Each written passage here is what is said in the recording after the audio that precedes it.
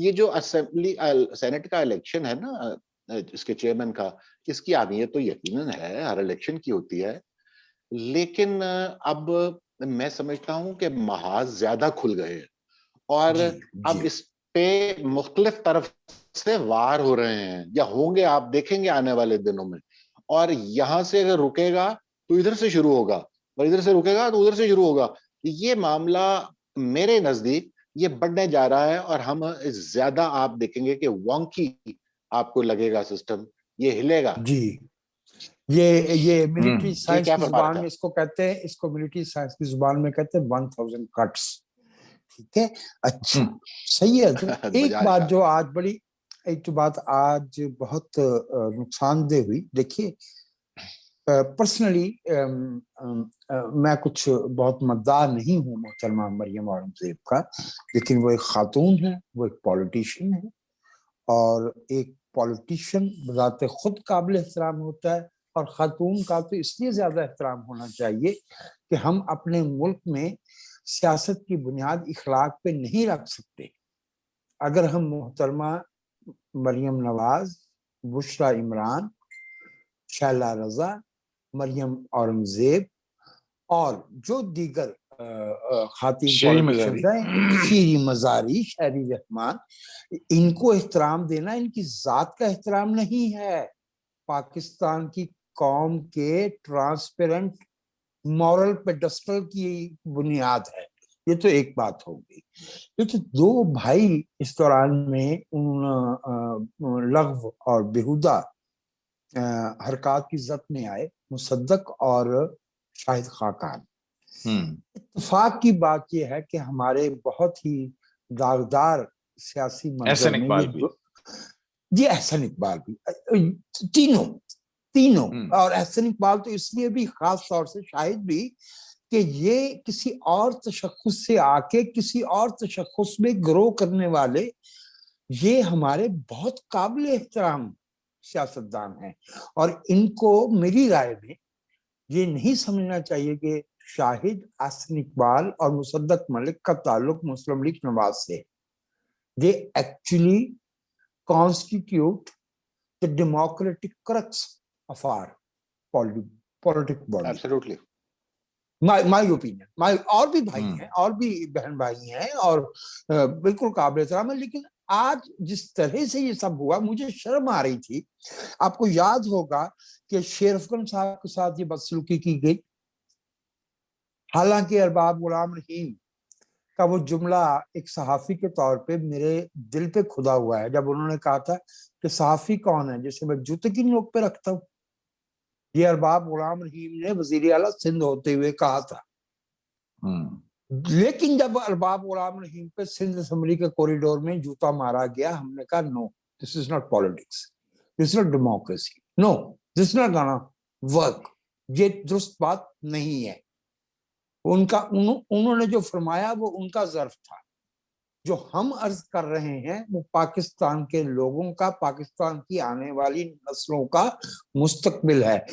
عمران خان صاحب جب فرماتے ہیں کہ میں لوگوں کو سڑکوں پہ لے آؤں گا، تو معاف کیجیے گا، عمران خان صاحب کسی ہائی مورل پیڈسٹل سے یہ بات اس لیے نہیں کر پا رہے کہ معاف کیجیے گا، لوگوں کو سڑکوں پہ تو وہ 2014 15 اگست کو لے آئے تھے.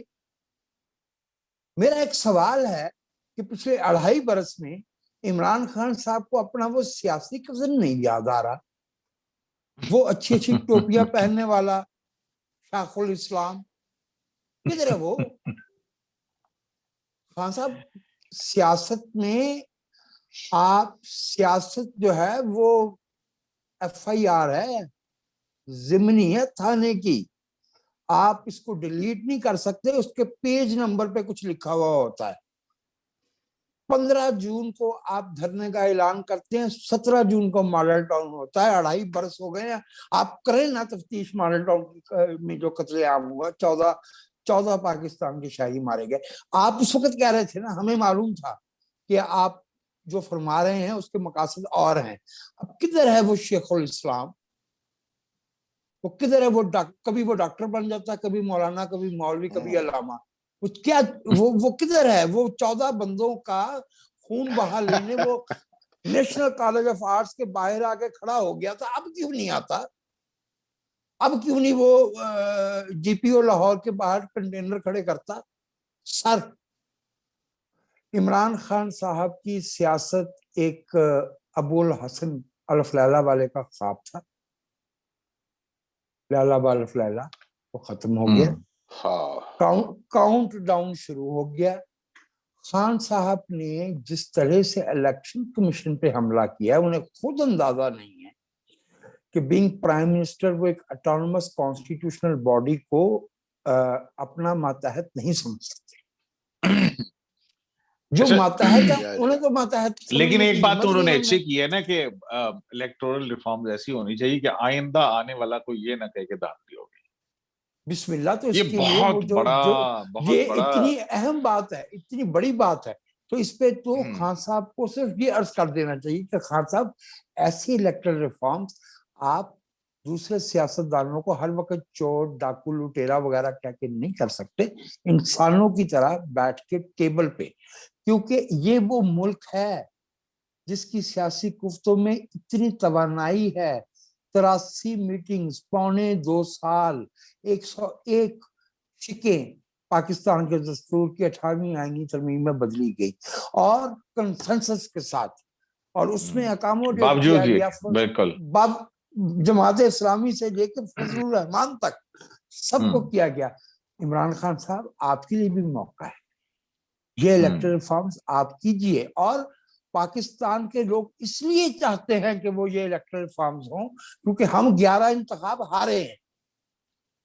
ہم اس ملک میں 1970 سے آنورڈ 11 جنرل الیکشن ہارے ہیں. ہمارا حق ہے کہ ہمیں ایک شفاف انتخاب ملے. اگر عمران خان صاحب یہ کرتے ہیں تو وہ ہمارے محسن ہیں. ہماری کوئی ذاتی دشمنی ہے ان سے کیا؟ نو، بالکل کسی سے کوئی. حماد صاحب اپنا کنکلوڈ کیجئے. میرا خیال ہے انہوں نے بڑی، یہ جو گفتگو ہو رہی تھی، آپ کی امیدیں کیا ہیں اور خطرات کیا ہیں؟ میری جو خطرات ہیں انہی میں میری امیدیں بھی آپ کو نظر آ جائیں گی. واہ واہ واہ. دیکھیے، یہ جو میں اصرار کر رہا ہوں کہ یہ سسٹم جو ہے، یہ جو ہائیبرڈ سسٹم بنایا گیا تھا، اس کی ناکامی میں بہرحال ہماری ایک کمینی سی خوشی تو چھپی ہوئی ہے. جب یہ اور خوشی کتنی ہی کمینی کیوں نہ ہوتی تو خوشی ہے. نظام انسٹیبل ہو تو اس کے بعد ملک کے اوپر کئی منفی اثرات پڑ رہے ہوتے ہیں، اور وہ بطور پاکستانی آپ کو پسند نہیں ہوتے کہ یہ فارن انویسٹمنٹ بھاگ گئی اور سرمایہ سہم جاتا ہے، یہ ساری باتیں ہوتی ہیں. لیکن ہمیں خوشی اس بات کی ہے کہ ہم یہ جو ہائیبرڈ نظام ہے نا، یہ ایک یعنی لعنت ہے، ایک لعنت ہے. اس سے ہمیں پاکستان کو بچانے کی ضرورت ہے. اور ہم ہاتھ پاؤں مارتے ہیں، یعنی جو دوسرا جمہوریت پسند لوگ ہیں وہ مسلسل لگے ہوئے ہیں کوشش کرنے، فریاد کرنے، اپنی سی ایک کنکری مارنے. لیکن الحمدللہ کہ یہ نظام اب ہل رہا ہے اور اس کی بقا کے امکانات مجھے بالکل نظر نہیں آتے. اب کوئی نئی اسٹریٹجی بنائے، میں یہ نہیں کہہ رہا کہ وہ سیدھی راہ پہ چل پڑے گا ملک، یہ ہماری توقع ابس ہوگی اگر ہم یہ سادگی کی بات ہوگی. لیکن مجھے یہ معلوم ہے کہ یہ نظام جو ہے یہ نہیں چل سکا، لہٰذا اب کوئی اور چالاکی ہی کرنے کی کوشش کی جائے گی، لیکن یہ تسلیم کر رہے ہوں گے کہ یہ نظام نہیں چل سکا. اور اس کی ہمیں بہرحال خوشی دیکھے آخری شعر کہ دیکھے ہیں بہت ہم نے ہنگامے محبت کے، آغاز بھی رسوائی انجام بھی رسوائی. ایک لحظہ ہنسی آئی، سیکھے ہے نئے دل نے انداز شکیبائی. واہ واہ واہ واہ. اس کے بعد کچھ بھی کہنا، اس پر اختتامیہ کا مزہ کرنا ہوگا. شرح دستور سے خوش رہیے، جیتے رہیے، سلامت رہیے.